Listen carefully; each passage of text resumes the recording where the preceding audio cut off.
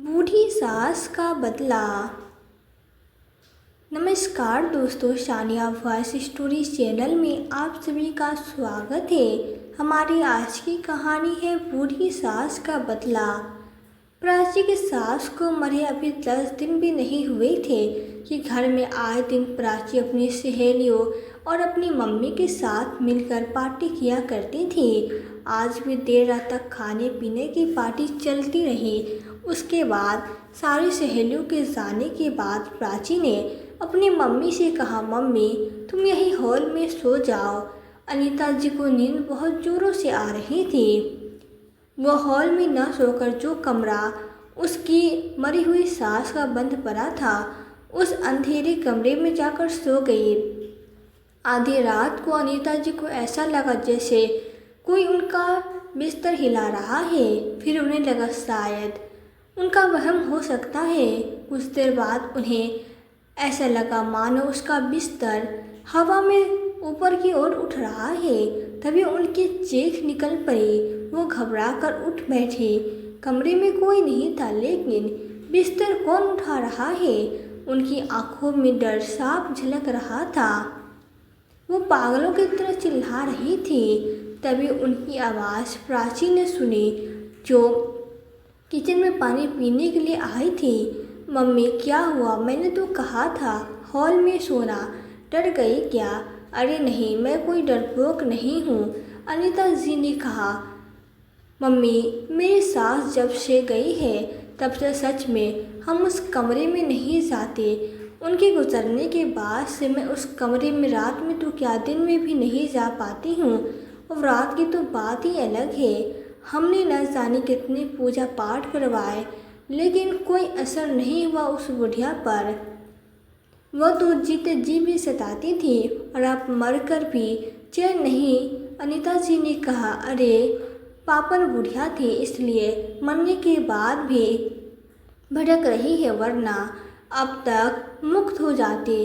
अच्छा सुन, मैं एक तांत्रिक को जानती हूँ जो ऐसे भूत को भगाने में महारथी है। तेरी सास जितनी भी पापी हो, लेकिन देखना उनके आगे पानी भरते हुए नजर आएगी। मेरे साथ कल उसके पास चलना, अनीता जी ने कहा। तो प्राची ने कहा, ठीक है मम्मी मैं चलूँगी, लेकिन अभी आप हॉल में सो जाइए। उस कमरे में सोने की कोई ज़रूरत नहीं है, वरना कहीं वो आप पर भी हमला न कर दे। अनीता जी बोली, मुझ पे क्या हमला करेगी वो बुढ़िया? अरे तुझे याद नहीं है क्या कैसे उसको दांतों तले चना चबा दिया था? नानी याद आ गई थी। आज आने दो उसको, मैं भी देखती हूँ। देखना ऐसा सबक सिखाऊंगा, आने में पहले 10 बार सोचेगी, किसी को भी डराने की भूल जाएगी। प्राची ने चौंक कर पूछा, तो क्या अभी आप उस कमरे में सोने जा रही हो? प्राची ने पूछा तो अनीता जी बोली, ना ना अब तो मैं हॉल में ही सोऊंगी। अनीता जी ने कहा तो प्राची ने गहरी सांस ली। रात ज़्यादा हो गई थी तो सभी लोग सो गए। अगली सुबह अनीता जी जैसे ही नहा धोकर आई तो प्राची ने अनीता जी से पूछा, मम्मी बताओ आज आपके लिए नाश्ते में क्या बनाऊं? जो कहोगी वो बनाऊंगी। तभी कमरे में एक भयानक सी आवाज़ बाहर से आती है। अपनी माँ से क्या पूछ पूछ कर नाश्ता बना रही है? दे दो इससे भी बासी रोटी और नमक जैसे मुझे देती थी। देख डाइनिंग टेबल पे रोटी नमक रखा है, अगर नहीं खाएगी तो बहुत मारूंगी। जा खिला। प्राची डर के मारे सूखी रोटी और माँ के मुंह में डालने लगी और अनीता जी भी भीगी बिल्ली बनकर निकले जा रही थी। यह आवाज़ प्राची की सास कौशल्या जी की थी। उनके ऐसा कहते ही प्राची और अनीता जी डर के मारे दूर कोने में सिमट गई और कहने लगी, मम्मी जी आप पहले तो आप इस रात में भी आती थी, अब दिन में भी आप आज अपने ने कमरे में से बाहर कैसे आ गई? प्राची ने डरते हुए अनीता जी से कहा, देखा मम्मी अब आया यकीन मेरी बात का, माँ जी मरने के बाद भी यही है। तभी फिर से गुस्से भरी आवाज़ आई, अरे भूल कैसे गई तुम लोगों ने? मेरे रात का चैन छीन लिया था ना तुम माँ बेटी ने। तो अब मेरी बारी हुई ना। अब तो मेरे पास 100 गुना ज़्यादा ताकत भी है। मैं भी अब तुम लोगों का दिन रात का सुख चैन न छीन लिया तो मेरा नाम भी कौशल्या नहीं। प्राची की माँ अनीता जी यह देख कर बेहोश हो जमीन पर धराशायी हो गई। फिर से कौशल्या जी की आवाज़ आई, अरे अभी से डर गई, मुझे दांतों से चबा रही थी तुम। तो प्राची खौफ के मारे एक जगह खड़े खड़े पसीने से भीग गई थी। कुछ देर शांति बनी रही तो जाकर माँ के पास आई और पानी के छींटे दिए। जब उन्हें होश आया तो उन्हें कुछ भी याद नहीं था, पर प्राची को यह जानकर जैसे लकवा मार गया था। उसकी आंखों में डर साफ दिखाई दे रहा था और उसे अपना अतीत याद आ रहा था। वो सब बातें याद आने लगी कि कैसे उसने अपनी सास को सताया है और परेशान किया था, और आज उस सब का बदला लेने ही वो आई थी। प्राची उन दिनों को याद करने उनमें खो गई। तभी कौशल्या जी को बेटे की शादी के लिए बधाई दे रहे थे, उपहार दे रहे थे। कौशल्या जी की एक विधवा महिला थी और अपने पति को कई साल पहले एक रोड एक्सीडेंट में खो चुकी थी। तब से उन्होंने अपने बेटे नीरज की परवरिश अकेले ही की थी। उसकी पढ़ाई लिखाई सबका ख्याल वो अकेले ही रखती थी। बड़ा होकर नीरज फौज में चला गया था। उसके कुछ समय बाद कौशल्या जी को एक अच्छा रिश्ता मिल गया तो छुट्टी में नीरज जैसे घर आया तो उसकी शादी कर दी। नीरज अपने जिम्मेदारी भरे काम की वजह से ज़्यादातर बाहर ही रहता था। इधर घर पे प्राची और कौशल्या जी घर में ही रहते थे। शुरू में तो सब ठीक ठाक चल रहा था, फिर धीरे धीरे प्राची का रवैया कौशल्या जी के लिए रूखा सूखा सा होता चला गया। उसे देर रात पार्टी करने में बड़ा मज़ा आता था। कौशल्या जी अगर कुछ कहती तो उसे 100 बात सुना देती, इसलिए उनकी सास बुरी लगने लगी थी। अब वो कोई भी काम बिना बताए दिए नहीं करती थी। यह सब कौशल्या जी नीरज को इसलिए नहीं बताती थी क्योंकि नीरज की ड्यूटी पहले से ही बॉर्डर पे लगी होती थी। उस पर से घर की परेशानी बताकर वो उसे और परेशान नहीं करना चाहती थी। अकेली ही प्राची का बर्ताव सहन करती थी और उससे भी कुछ नहीं कहती थी, लेकिन प्राची इसी बात का फ़ायदा उठाती थी। प्राची अक्सर मम्मी अनीता जी को अपने घर पार्टी में बुला लेती और दोनों साथ मिलकर कौशल्या जी को खूब परेशान करते थे। दिन रात बात में आदेश देते थे और अत्याचार करते। एक दिन प्राची ने कौशल्या जी से कहा, मम्मी जी आज आप खाना मत बनाना, हमने खाना बाहर से ऑर्डर किया है। पिज़्ज़ा, बर्गर, कढ़ाई पनीर मेरा और मेरी मम्मी का तो हो जाएगा।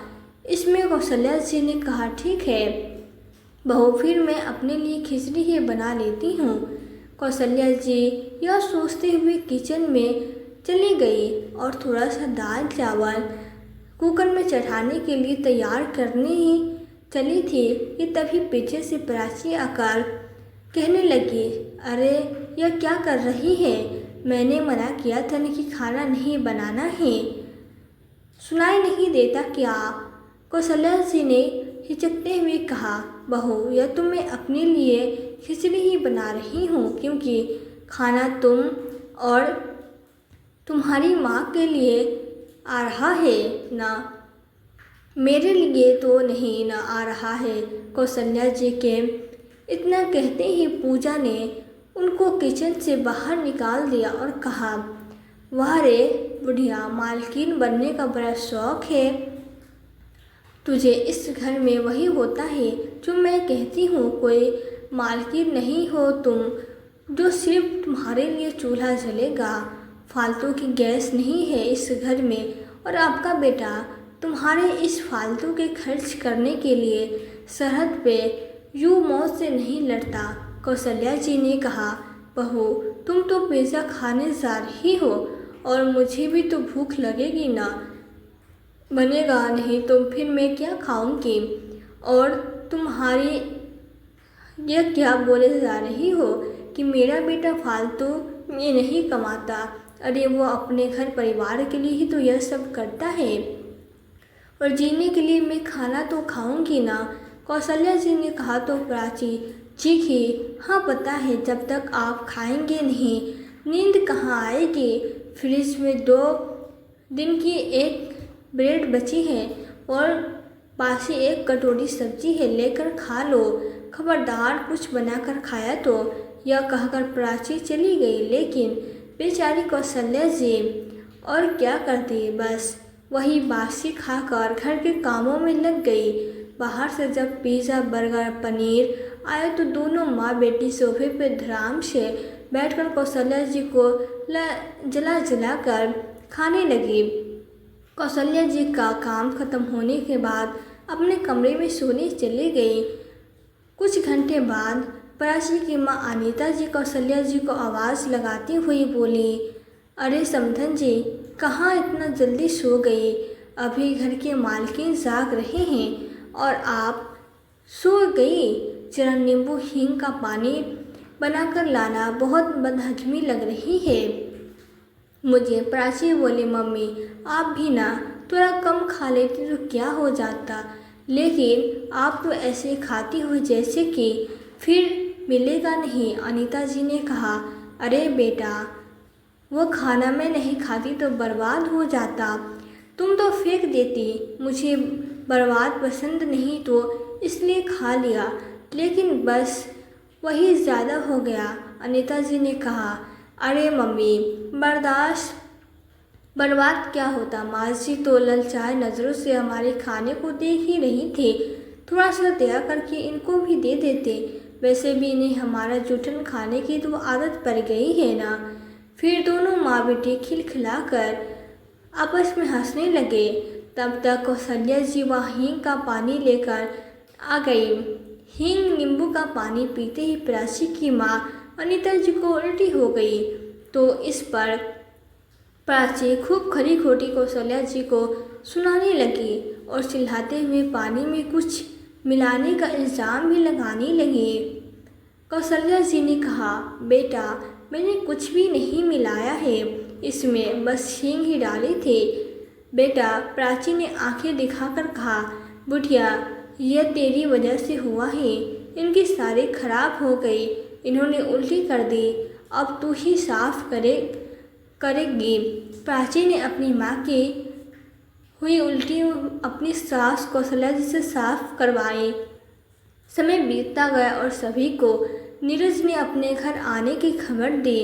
अनीता जी यह भी खबर सुनकर भी घर में जमकर बैठी थी, तो उसने प्राची से कहा, प्राची मम्मी अगले हफ्ते ही आ रही हैं। अगर इस बुढ़िया ने उन्हें सब कुछ बता दिया तो क्या होगा। नीरज तो मुझे ही घर से निकाल देंगे, वो भी अपनी माँ की आंखों में एक आंसू की बर्दाश्त नहीं कर सकते। अनीता जी तपाक से बोली, सुन प्राची, अगर इसे कहना ही होता तो कब का कह चुकी होती। हाँ, लेकिन फिर भी हम कोई रिस्क नहीं ले सकते। कहीं इसने सब कुछ दामाद जी को बता दिया तो इससे पहले हमें इसका कुछ करना होगा ना। रहेगा बांस न बजेगी बांसुरी, इसका ही कुछ करते हैं। अनीता जी ने कहा तो प्राची बोली, तो हमें क्या करना पड़ेगा मम्मी। प्राची ने कहा तो अनीता जी बोली, सुन, अब से कुछ दिनों तक इसके साथ अच्छे से बर्ताव करो, ख्याल रखो इसका, इसके लिए साड़ी भी ले आना, इसके घर का कोई काम मत करवाना और फिर एक दिन इसके खाने में जहर मिला कर दे देना। 2 दिन के लिए तो मेरे साथ मेरे घर पे चलना, यह खाना खाकर यहाँ पड़ी रहेगी और फिर हम इसके हार्ट अटैक से मौत का नाटक कर देंगे और घर वापस आ जाएंगे। इससे यह भी चली जाएगी और हम भी बच जाएंगे और किसी को हम पे शक भी नहीं होगा। प्राची ने कहा, मम्मी कहीं उनको हम सब पे शक हो गया तो, पता नहीं चल गया तो। अनीता जी एकदम से बोली, प्राची कल मैं मार्केट जा रही हूँ, ऐसी जड़ी बूटी खरीद कर लाऊंगी जिसे खाने में 4-5 घंटे बाद इंसान मरता है और उसके मुंह से कोई झाग भी नहीं निकलता, जिससे किसी को शक होने की संभावना ही नहीं है। अनीता जी ने कहा।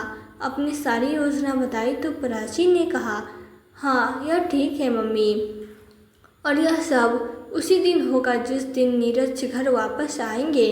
उसके बाद से ही दोनों माँ बेटी का व्यवहार कौशल्या जी के लिए बिल्कुल बदल गया। कौशल्या जी समझ रही थी यह सब नीरज के आने की खबर के कारण हो रहा है, इसलिए वो भी चुपचाप इन दोनों का नाटक देख रही थी। एक दिन प्राची कौशल्या जी से कहती है, मम्मी जी मैंने दोनों वक्त का खाना बना दिया है, आप खा लेना, मैं मम्मी को छोड़ने जा रही हूँ, कल उसके आने से पहले ही आ जाऊँगी। उसके बाद अनीता जी और प्राची पूरी योजना से कौशल्या जी के खाने में वही एक खतरनाक जड़ी बूटी मिलाकर चले गए। उधर नीरज बहुत दिनों बाद घर लौट रहा था और आज कई महीनों बाद माँ से मिलने के लिए इतना बेचैन था। उसने इस खुशी में न जाने कितने ही खूबसूरत और महंगे तोहफे अपनी माँ के लिए शॉल खरीद लिए थे। साथ में माँ के लिए गरम गरम जलेबी भी खरीद ली थी, जो कि उसकी माँ को बहुत पसंद थी। जब नीरज घर पहुंचा तो बाहर से ही माँ माँ पुकारता हुआ घर में घुसने लगा। आवाज़ देते हुए नीरज बोला, माँ माँ कहाँ हो माँ, अरे माँ कहाँ हो, कमाल हो गया। आज तो जब मैं पहले आता था तो पलकी बिछाए दरवाजे पे ही बैठकर ऐसी मेरी राह देखती रहती थी और ना जाने कहाँ छिपी हो। आज आवाज़ लगाने पे भी न कमरे से बाहर आ रही हो न ही बोल रही हो। अच्छा माँ सॉरी, माफ़ कर दो, इस बार आने में देर हो गई, अगली बार जल्दी छुट्टी लेकर आऊँगा। अब देखो तो मैं आपके लिए क्या क्या लाया हूँ। सोफे पर बैठा नीरज लगातार आवाज़ दिए जा रहा था। उसकी माँ जब बहुत देर तक कहीं दिखी नहीं थी और ना ही उनकी आवाज़ सुनाई दी तो नीरज की धड़कन तेज होने लगी थी। अब उसको कुछ गलत होने का अंदेशा होने लगा था। वो दौड़कर माँ के कमरे में आया तो माँ को ज़मीन पे बेशुर पड़ा देखकर उनके पैरों तले ज़मीन सरक गई। उसने माँ को दोनों हाथों से झकझोरना शुरू कर दिया, मगर माँ नहीं उठी। नीरज ने देखा कि माँ का पूरा शरीर ठंडा पड़ चुका था और सांस रुकी हुई थी। नीरज अपनी माँ के लिए दहाड़े मारकर रोने लगा कि तभी पीछे पीछे अनीता जी और प्राची भी घर के अंदर आती दिखी तो नीरज को रोते हुए देखा। नीरज बोला, यह देखो प्राची, मम्मी हमें छोड़कर चली गई, मैं अभी अभी तो वापस आया था, कितनी आवाज़ दी पर मम्मी नहीं बोली। जब अंदर आया तो इनको इस हालत में पाया। नीरज ने रोते हुए कहा। प्राची हैरान होने का नाटक करते हुए बोले, क्या मगर? नीरज, मम्मी जी कल तक तो बिल्कुल ठीक थी, पर यह अचानक ऐसे कैसे क्या हुआ होगा? प्राची इतना कहकर रोने का नाटक करने लगी। मम्मी जी, आप हमें यूँ अकेला छोड़कर नहीं जा सकती। हे भगवान, मेरी मम्मी जी को वापस लौटा दो, मैं आपका भंडारा करवाऊंगी। कौशल्या जी का अंतिम संस्कार हो गया, तब जाकर प्राची का यह नाटक खत्म हुआ। नीरज माँ के जाने के गम में अब अक्सर उदास रहने लगा था। पिता का साथ तो बचपन में ही सर से उठ गया था और अब माँ भी गोद से छिन गई थी, लेकिन उधर अब माँ बेटी खुशी खुशी घर में रहने लगे और मज़े करने लगे। मगर फिर प्राची कुछ दिनों के लिए अपने मायके चली गई। नीरज अभी भी घर पे ही था और प्राची भी बड़ी खुश थी। वो तो सोच रही थी कि जैसे ही नीरज वापस अपने काम पर लौटेंगे वैसे वो अपनी मम्मी को बुला लेगी और उनके साथ घूमने जाया करेगी। एक दिन नीरज को बहुत तेज भूख लगी थी। वो प्राची चिल्लाने लगा, प्राची गैस पे कुकर सीटी पर सीटी मार रहा है, कुछ खाने को मिलेगा कि नहीं, कब से भूखा बैठा हूँ। अरे मैंने तो गैस पे कुकर नहीं रखा।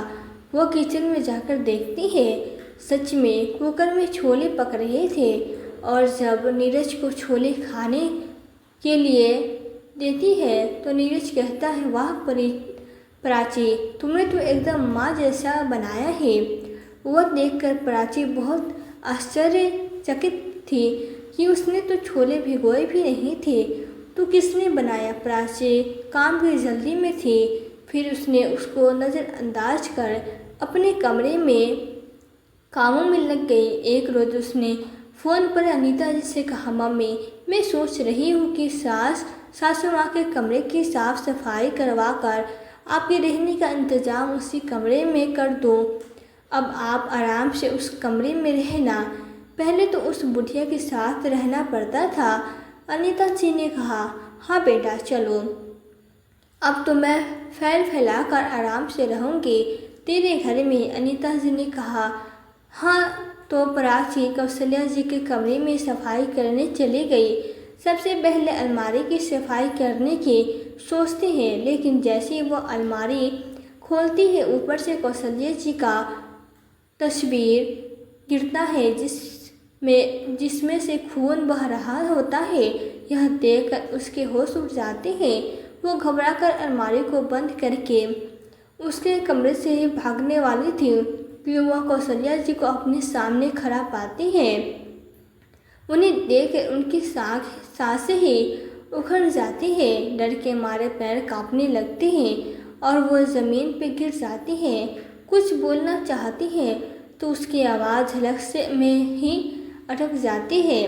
तभी कौशल्या जी की आवाज़ आई, क्या हुआ बहू, तुमने क्या सोचा था कि मुझे मारकर मुझसे हमेशा के लिए पीछा छुड़ा लोगी? लेकिन मैं तुम्हारा रोना देखकर जा नहीं पाई। तुम जो रो कर भगवान से मुझे वापस मांग रही थी, इसलिए मैं यहाँ आ गई। बस सिर्फ मेरा शरीर गया है, तुम चिंता मत करो, मैं तुम्हें अब अभी कभी अकेला नहीं छोड़ूंगी और फिर अपने साथ ही ले जाऊंगी।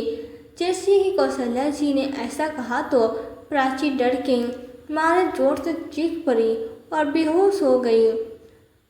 फिर जब होश आया तो उसने अपने सामने नीरज को पाया और वो घबराकर उठ बैठी। नीरज ने कहा, सुनिए नीरज, मम्मी जी गई नहीं है, वो तो आत्मा के रूप में अपने कमरे में है, अभी अभी मैंने उन्हें देखा है। नीरज ने चौंक कर कहा, क्या कह रही हो? तो प्राची ने एक बार चला जाता है वो फिर कभी वापस नहीं आता क्या? और मैंने तो खुद ही अपनी मम्मी का अंतिम संस्कार किया है, वह कैसे वापस आ सकती है? तुम्हें भ्रम हुआ होगा, यह तुम्हारा डर है और कुछ नहीं, नीरज ने कहा। तो प्राची जोर से बोली, नहीं नीरज, सच में मुझे कोई भ्रम नहीं हुआ है। आप अभी आकर मम्मी जी के कमरे में उनका तस्वीर देखिए, खून लगा मिलेगा। प्राची ने ऐसा कहा तो नीरज जाकर कौशल्या जी का तस्वीर देखने लगा। उसी तस्वीर पर कोई खून का लगा दाग नहीं दिखाई दिया। तो इस पे नीरज प्राची का हाथ पकड़ के कौशल्या जी के कमरे में ले गया और कहा, देखो मैंने कहा था ना कि तुम्हें वहम हुआ होगा, यह देखो यहाँ है खून। प्राची क्या खून देखती, उनकी तो आंखें ही खून से लाल हो चुकी थी, क्योंकि नीरज के पीछे ही उसे कौशल्या जी खड़े हुए दिखाई दे रही थी। खौफ के मारे वो चीखते हुए कमरे से भाग गई। फिर इस बात के बाद से उसने उस कमरे में जाना ही बंद कर दिया। उसने तो कितनी पूछे पाठ भी करवाए, पर कौशल्या जी का एहसास उसे इस घर में होता रहा। देखते देखते नीरज के ड्यूटी पर जाने का दिन आ गया तो प्राची ने अपनी मम्मी को फ़ोन पर कहा, मम्मी अब यह तो जा ही रही है, इधर यह मरी हुई बुढ़िया मुझे अलग ही परेशान कर रही है। इनके रहती हूँ, अकेली रहती हूँ तो यह इसको मेरा वहम कहते हैं।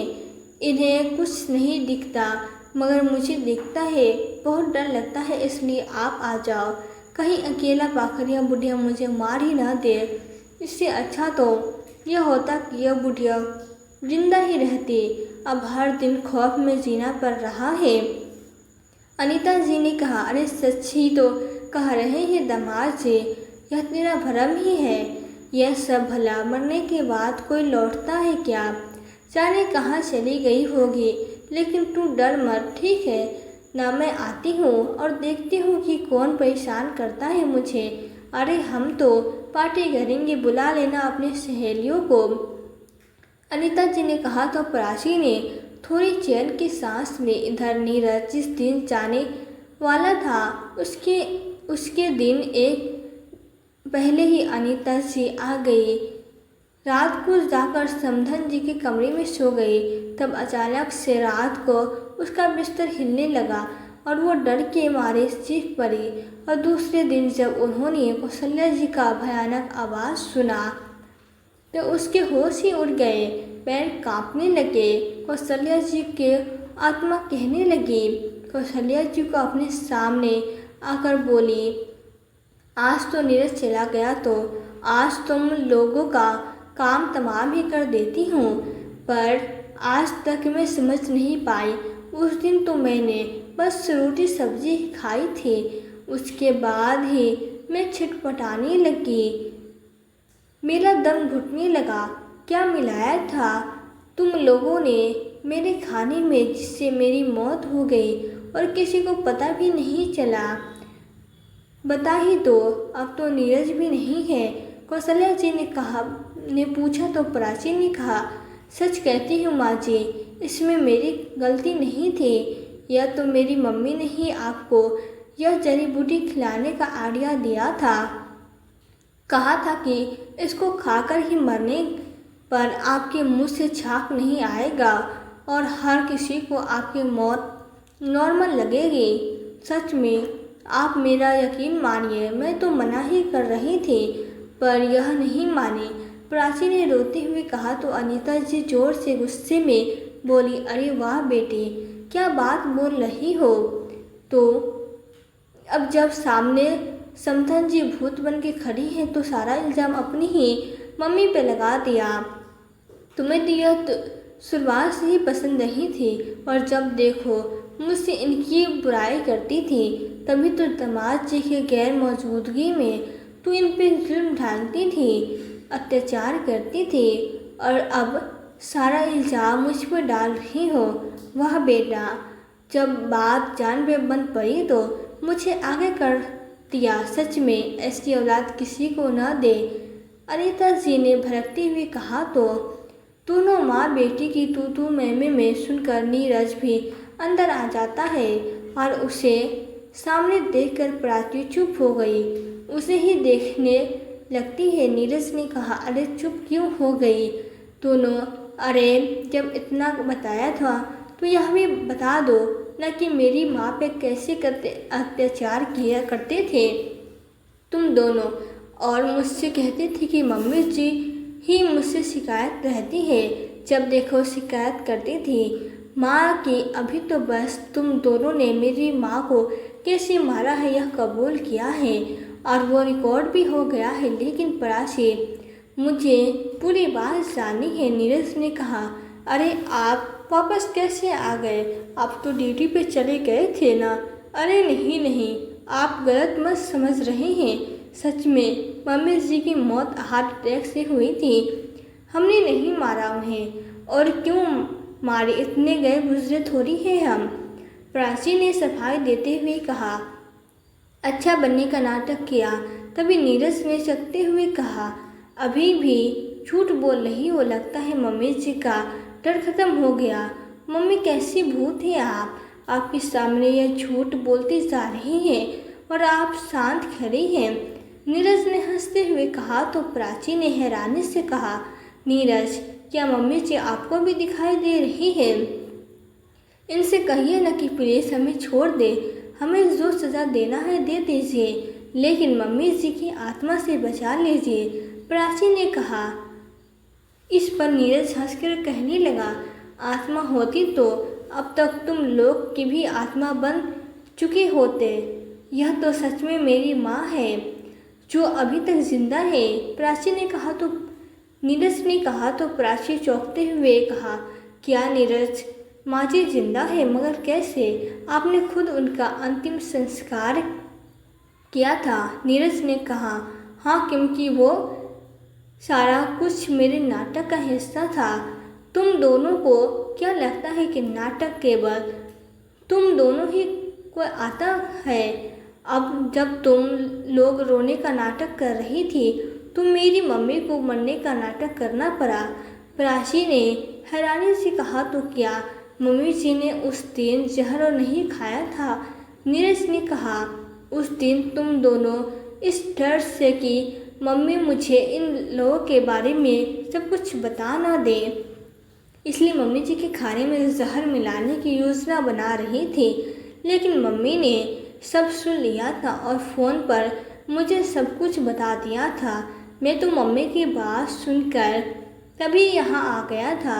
बस सिर्फ मम्मी के सामने मैंने तुम लोगों के नाटक को तुम्हारे हिसाब से चलने दिया और मम्मी को एक अलग जगह में छिपा कर रख दिया। नीरज ने यह कहने पर प्राची ने पूछा, फिर वह खून वाली तस्वीर और कुकर की सीटी अपने आप बजना, सभी मेरे सामने मम्मी जी का आना, फिर अचानक गायब हो जाना, यह सब क्या था? नीरज ने कहा, यह सब मेरे नाटक का हिस्सा था। मैं चाहता तो तुम दोनों को मेरी मम्मी के खाने में जहर मिलाने के इल्ज़ाम में तभी जेल भिजवा सकता था, लेकिन मैं तुम लोगों को सबक सिखाना चाहता था और तुम्हारे मुंह से ही तुम्हारा गुनाह कबूल करवाना चाहता था। अनीता जी ने कहा, देखिए दामाद जी, मेरा घर परिवार है, मुझे जाने दीजिए। मैंने बहुत बड़ी गलती कर दी कि इसका साथ दिया, लेकिन अब मैं यहाँ कभी नहीं आऊँगी और आज के बाद से यहाँ वादा करती हूँ कि इससे बात नहीं करूँगी। नीरज ने गुस्से में कहा, अरे मम्मी जी, जब जहाज़ डूबता है तो सबसे पहले उसे चूहे ही छोड़कर भागते हैं, यही आप भी कर रहे हो। अगर आप चाहती तो बेटी को सही दिशा दिखा सकती थी, लेकिन नहीं, आपने न सिर्फ उसका साथ दिया बल्कि अपनी ही बेटी के सास को जहर देने की योजना भी बनाई डाली। तभी नीरज ताली बजाकर पुलिस को बुलाता है और कहता है, गिरफ्तार कर लीजिए इन्हें, अपना गुनाह इन्होंने तो खुद ही कबूल कर लिया।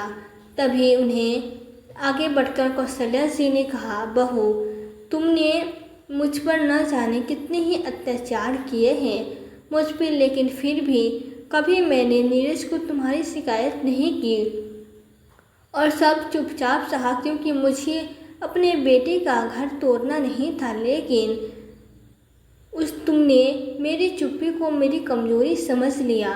तुम भी एक औरत हो और मैं भी नहीं चाहती कि तुम जाकर जेल में रहो और तुम्हारी माँ भी वहाँ की तकलीफ़ सहे। पर अगर मैंने आज तुम्हें सज़ा नहीं दिलवाई तो आगे से हर बहू अपनी सास को जहर देने से पहले ज़रा भी नहीं हिचक पाएगी। पुलिस को देखकर प्राची नीरज के पैरों में गिरकर रोने लगी और कहने लगी, बेशक आप मुझे तलाक दे दीजिए, लेकिन प्लीज़ नीरज जेल मत भिजवाइए। मेरी मम्मी की उम्र का तो सोचिए। इन पे नीरज उसे एक ज़ोरदार थप्पड़ लगाकर कहता है, क्या तुमने सोचा था मेरी मम्मी की उम्र के बारे में? तो जब उन्हें मारने का प्लान बना रही थी। अब जाओ दोनों पुलिस के साथ और अब यह नाटक जाकर कोर्ट में करना। हालांकि वहाँ भी मेरे सबूत के आगे तुम दोनों के यह नाटक काम नहीं आएंगे। इस रिकॉर्डिंग में सब कुछ कैद है।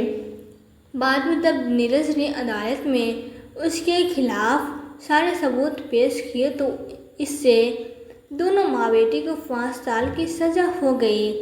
इधर नीरज की माँ कौशल्या जी ने अपने बेटे नीरज की शादी किसी दूसरी लड़की शोभा से कर दी, जो पूरे घर की देखभाल के साथ साथ कौशल्या जी की बहुत सेवा करती थी। तो दोस्तों, आपको आज की कहानी कैसी लगी? कहानी पसंद आई हो तो वीडियो को लाइक करें और ऐसी कहानियाँ सुनने के लिए हमारे चैनल सानिया वॉइस स्टोरी को सब्सक्राइब जरूर करें।